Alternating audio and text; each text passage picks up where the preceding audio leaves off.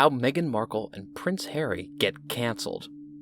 Meghan Markle, the nightmare Cinderella that has been under fire for the documentary released by Archwell Productions, the 3 episodes of Harry and Meghan have left the media outraged that what started as an enticing whirlwind of romance transformed into an accusatory program.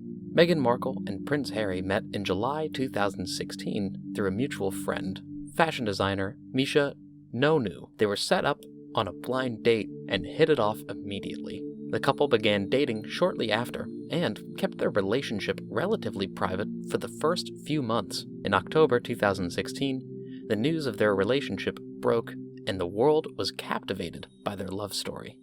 The couple made their first public appearance together at the Invictus Games in Toronto in September 2017.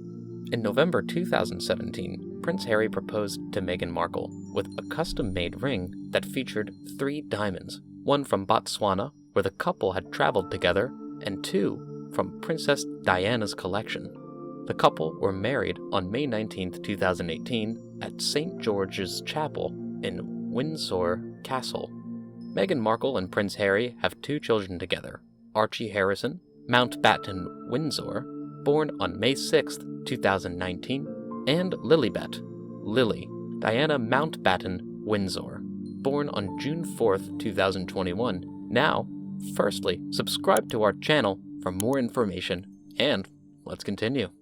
Their documentary started with a very beautiful love story describing how they started seeing each other and their journey to falling in love. We got to know various aspects of the young Duke and Duchess of Sussex, painting the couple in a very flattering light. Let's hear Camilla Tommy's view on this. If we cast aside the journalist's view, which did have a major impact on the audience, the documentary's reputation took a turn for the worse when Prince Harry said, "Hard to look back on it now," and go.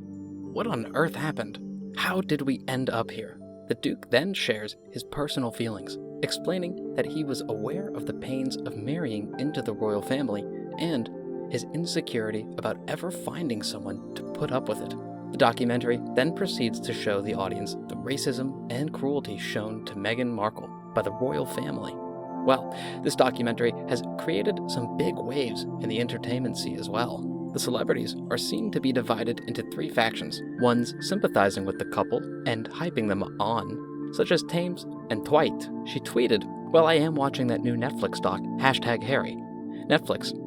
And I am actually in tears. I know it's their side of the story, but I believe them and adore them." Then, the ones with some neutral responses, like Gemma Collins speaking to the Mirror in an online interview. She said, "I've got to be honest, I like Meghan and Harry. The only thing I would say is that they do need to be loyal to the family. They shouldn't be airing any sort of dirty laundry in public. The only gripe I had with Meghan was when she called the family the firm. I thought that was a bit near the mark." Lastly, the ones enraged by this show were not surprisingly the British media. Piers Morgan has slammed the documentary with pity pleading from the audience. He even rendered Meghan Markle herself the reason for her destruction. At the same time, calling them the Duke and Duchess of Netflix. Let's see what he has to say. Looks like Piers Morgan is not the only one out for the ex-royal couples' blood, as one of the fans contributed saying, "Harry says it's amazing what people will do when offered an awful lot of money to hand over photographs and tell stories." Yes, Harry, that is exactly what you are doing in this series. Seriously, what is this man's IQ? Another one commented, "I don't believe race has anything to do with anything. She was overwhelmingly embraced despite the usual few unhappy people that always complain. They left because they are selfish, narcissistic brats." Not to forget the mocking gesture of the curtsy bow by Meghan Markle has brewed a storm in the media.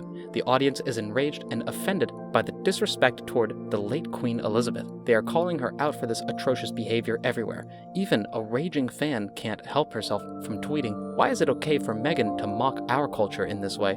Or does racism only work one way?" People have also been shaming Prince Harry for his lack of action against the disrespect towards his heritage and culture. One of them tweeted, "It was at that point that Harry should have said something in support of his grandmother. I remember watching a TV show where he sat beside the Queen and was watching old footage of her, and they both looked so happy. Now he's making a national joke out of the same woman. Sad. The royal media has also started to give their response to the documentary series.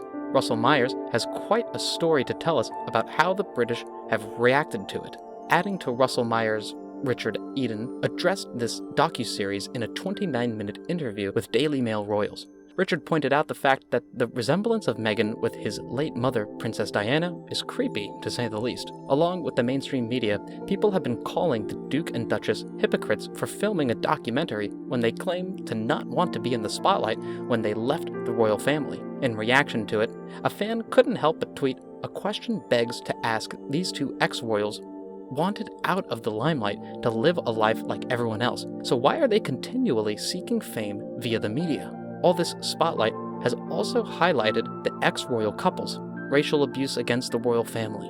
The royal family's racist behavior is addressed very aggressively by Esther Krakow. The broadcaster says they embody everything toxic about this country and our conversation about race. "I don't want to live in a country where I can accuse someone of racism and they cannot fight back." That is exactly why Meghan and Harry are doing this. They know the royal family will not fight back. Despite living the dream life of every woman in the world, all Meghan Markle has to say is how she has always been unsatisfied with the royal treatment, how people don't respect her, and many other problems she is facing in her long list of disappointments. Her humble background, but extraordinary remarks, reflect her inner insecurities, and ashamed attitude about these claims is pissing people off. And many have reacted quite harshly as well. A fan tweeted, "Dear Meghan Markle, you are a duchess, you are a millionaire, and you are insanely privileged. You are not oppressed. You live a much better life than the Brits you trash and who you claim to oppress. You get over yourself. Sincerely, Britain." They couldn't help but demand for their titles to be taken.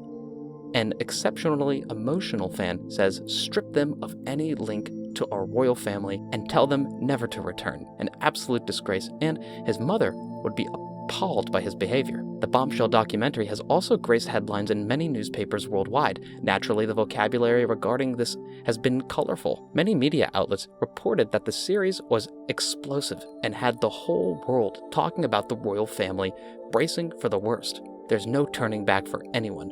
Germany's Bild newspaper wrote, while America's NBC said the Sussexes had renewed their clash with British royals.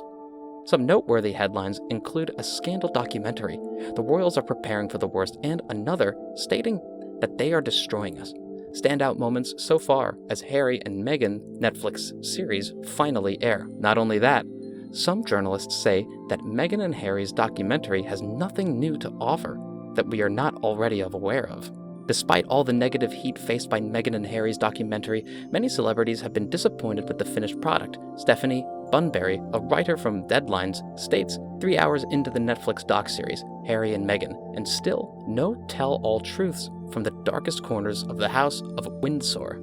Anyone who had expected the curtain to be lifted on the deep state machinations of the firm to protect the brand will feel shortchanged by Volume 1, which dropped today. Daniel D'Adero from Variety also feels the same, as reflected in his statement.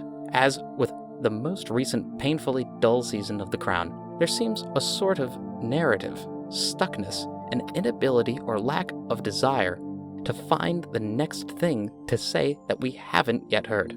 Well now, it's safe to say that the reputation of the ex-royal couple has been ruined beyond repair after the release, and the future is not looking good for them. The reaction from the king has been highly anticipated by the public. The majority of them are on the royal family's side on this one.